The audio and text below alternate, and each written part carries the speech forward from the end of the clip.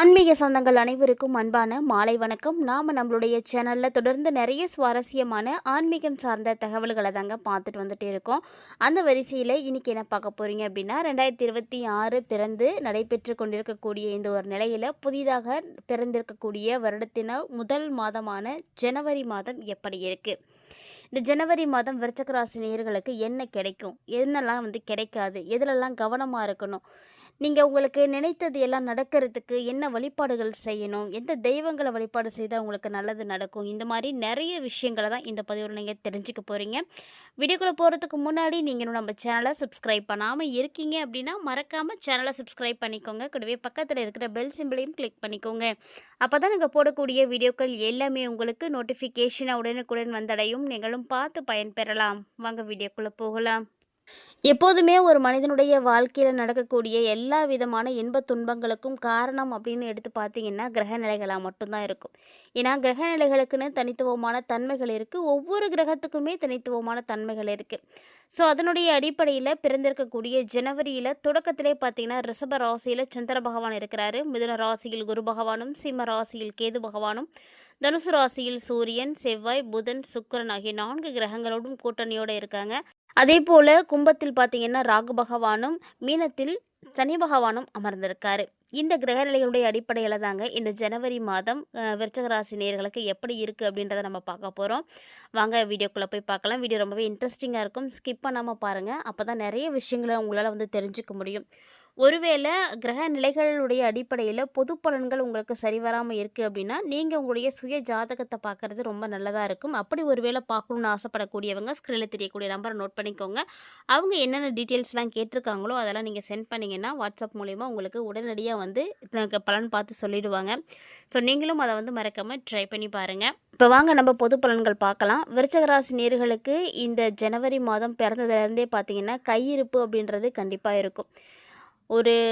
ஒரு காலகட்டங்களில் விருச்சிக ராசினியர்களுக்கு பார்த்தீங்கன்னா வரதும் செலவும் சரியாக போயிடும், கையில் ஒன்றுமே தங்காமல் இருக்கும். ஆனால் இந்த ஜனவரியிலேருந்து உங்களுக்கு அதில் நல்ல ஒரு மாற்றம் கிடைக்கும். கண்டிப்பாக ஏதாவது ஒரு வகையில் கையிருப்பு வச்சுட்டே இருப்பீங்க. இழந்த பொருட்களை எல்லாம் இப்போ மீண்டும் கொண்டு வருவீங்க. ஒரு யோகமான மாதம் அப்படின்னே வச்சுக்கோங்களேன். இந்த ஜனவரி மாதத்தை நீங்கள் குறித்து வச்சுக்கோங்க. இந்த 2026 ஸ்டார்டிங்கில் இருந்தே உங்களுக்கு நல்ல நல்ல விஷயங்கள் நிறைய நடக்கும். குறிப்பாக கணவன் மனைவிக்கிடையே இருந்து வந்த கருத்து வேறுபாடுகள் எல்லாம் நீங்கி நல்ல ஒரு சூழ்நிலைகளானது ஏற்படும். குருவுக்கும் சுக்கிரனுக்கும் இடையே நல்ல ஒரு தொடர்பு இந்த மாதம் ஏற்பட போகிறதுனால கட்டாயமாக விருச்சிக ராசிக்காரங்களுக்கு நல்ல வருமானம் இருக்கும். நல்ல வருமானம் தான் கண்டிப்பாக இருக்க போகுது. ஸோ வருமானம் இருக்கும் பொழுது கையிருப்பு இல்லாமலாம் இருக்கும். கண்டிப்பாக உங்களுக்கு நல்ல ஒரு மாற்றங்கள் உறுதியாக கிடைக்கும். ஸோ குடும்ப வாழ்க்கையும் பார்த்திங்கன்னா விருச்சிக ராசிக்காரங்களுக்கு ரொம்பவே நல்லா இருக்குங்க. நிறைய மகிழ்ச்சி தரக்கூடிய விஷயங்கள் தான் நடக்கும்.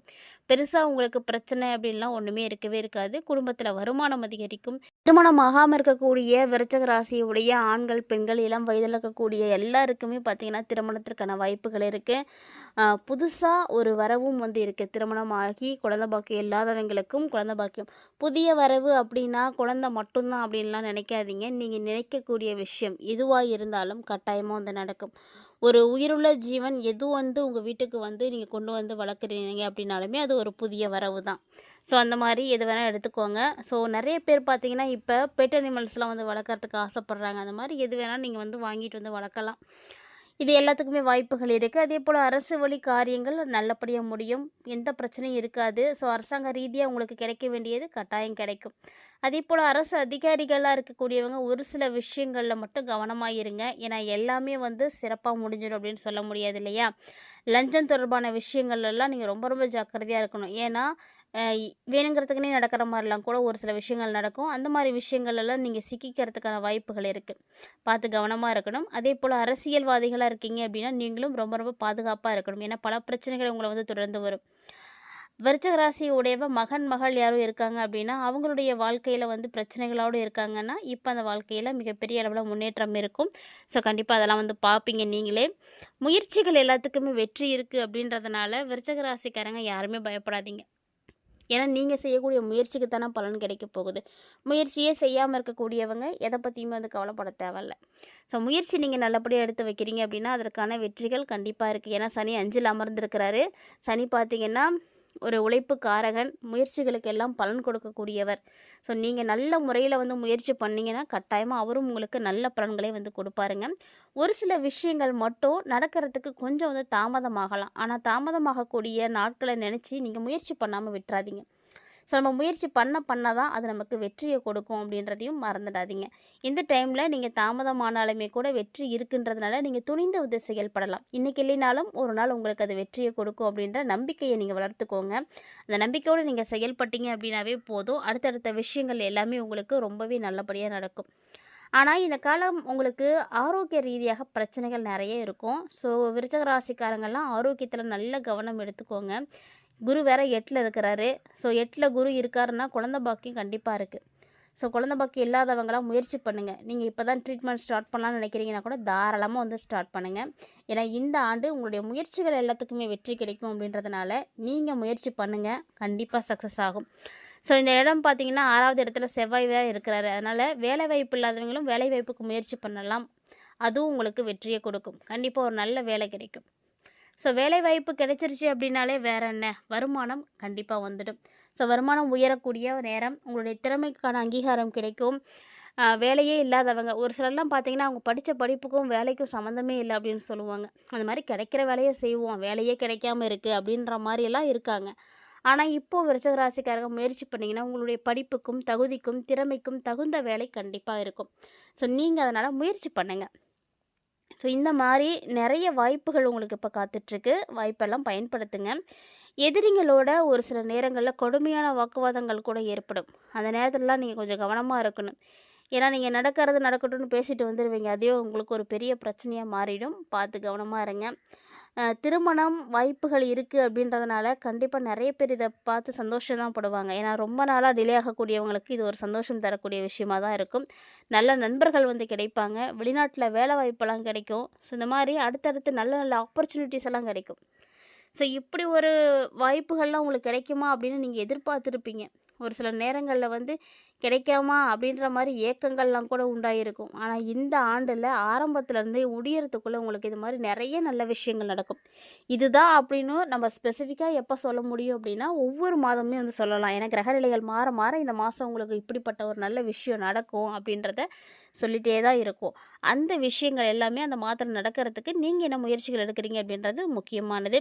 ஆனால் உடல் ஆரோக்கியம் அப்படிங்கும் பொழுது கண்டிப்பாக பிரச்சனை இருக்குங்க. ஏன்னா வயிறு சம்மந்தப்பட்ட பிரச்சனை ஏற்படும். செரிமான கோளாறுகள் ஏற்படுறதுக்கு வாய்ப்பெல்லாம் இருக்குது. ஸோ அதனால் நல்லா சாப்பிடுங்க.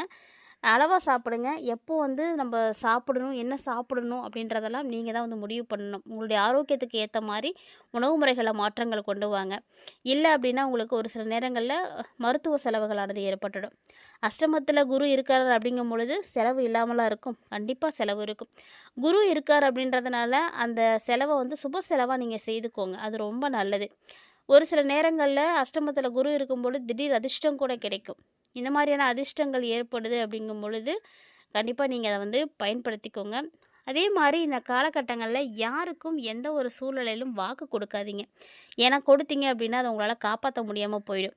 10ல் வேற கேது இருக்கிறாரு. ஸோ உத்தியோகத்தில் ஒரு சில பிரச்சனைகளை கொடுத்துட்டே தான் இருப்பார். பார்த்து கவனமாக வேலை செய்யணும்.